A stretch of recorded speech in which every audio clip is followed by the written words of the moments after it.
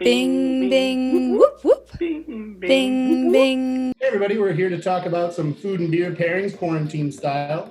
I'm John G.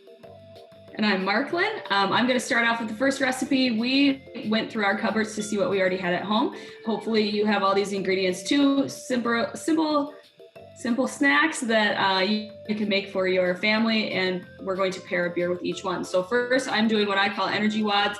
It takes a cup of rolled oats. You're going to use about a half cup of any nut butter. We have sunflower butter at our house, which works well. My daughter goes to school where people have a peanut allergy, so that's a good substitution. You can do that. You use chia seeds, hemp hearts. You can use coconut, anything like that. Kind of just add a little. In these times of need. What, say that again? Sneaking healthy stuff in there. Yeah, joke's on you. It's actually good for you. You're going to use a little bit of honey, and then my absolute favorite part, chocolate chips. So basically you're going to put all those things together, chill them for an hour, and then that's it. That's the best part of this snack, is that it's just, you put it all in a bowl, you chill it. I use a little cookie scooper, so they're easy, and then I keep them in the fridge, and they are delicious. So I have some here to tease you with in my hands here. So they're a tasty chilled treat. The beer that I chose, that's kind of a savory snack, kind of heavy, really, if you think about all the goodies that went into it. So I'm going to go with either Imperial Stout, kind of boozy. It's over 10%, very malty. I want it to kind of match my snacks. John, what would you? I think I'd be in the same boat, especially with those chocolate chips. I have some KBS that I think would go really well, a regular breakfast stout. The chocolate notes on that would really play into the energy wads, as we're calling them. Yes, but I think that works really good. We say energy wads like it's going to help you run a marathon, but it might just help you get through the day at this point.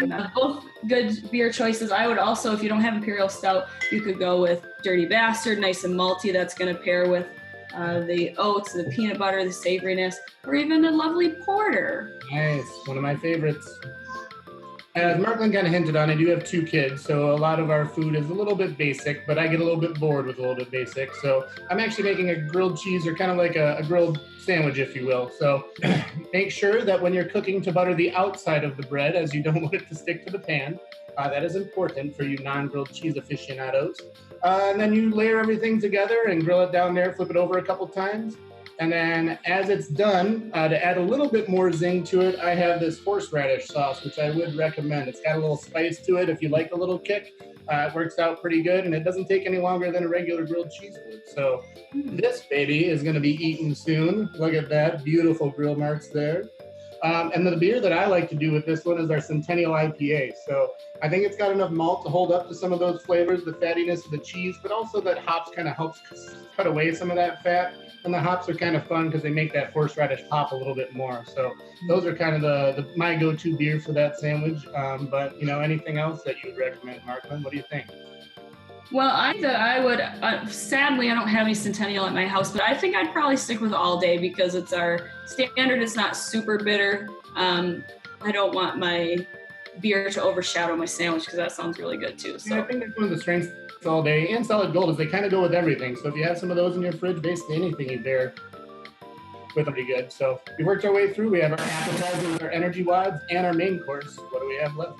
Oh my gosh. I guess I have to show you first because they are kind of, I feel like, what I'm known for at the brewery. Anytime you're supposed to bring something, I always bring these delicious cake cookies, and I've been making them for years. I think I originally got a recipe from my mother-in-law, so shout out to Rhonda if you're watching.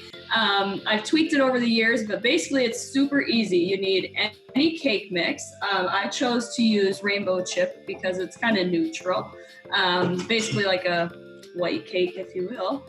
So I use a cake mix. You need 2 eggs and half a cup of vegetable oil. If you don't have vegetable oil, you can substitute a stick of butter. I find that they do a little better with the oil.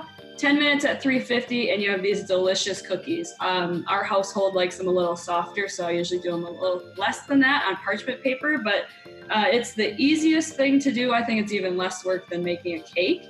And what I would drink next to that is probably this delicious Blushing Monk. I don't have much left in my house, so sweet with sweet I want to pair together, so that's my choice. Yeah, having had those cookies before, they are quite delicious. And I was thinking about a little beer that we made called Masagave with that kind of the agave and the sweet but tartness from the lime, I think would play pretty well because those cookies are really light and flavorful, but I think that might make some of those flavors pop a little bit. So that's kind of what I want to try with them next time we get together. So Heck yeah. These might be stale by the time we see each other again, so I will probably eat all 23 of these cookies after this call is done, but I'm doing it because I care.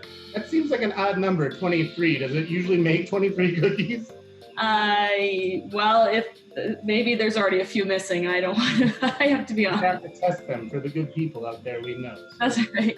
It should make about 2 dozen if you use a, even scoop. So, but those are the pairings that John and I came up with. We thought that would be easy. We'll share the actual recipes with you later on. We'd love to hear from you as our viewers and our fans and our beer drinking friends. What is your go-to snack alongside of beer? And if you have new suggestions, we're always open to more For snacks. sure. We And do if you love have some beers in your fridges that have been hiding in that back corner, now is the time to drink them. It's a rainy day. So if you need some food pairing suggestions, maybe even leave those and we can kind of help you out a little bit with that stuff too. So, but hopefully this gives you guys a little bit more insight on some food and beer pairings. And we want to hear and be creative. So submit those questions in, guys.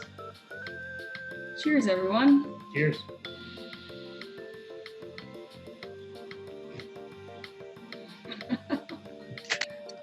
Yeah. That went all over the place.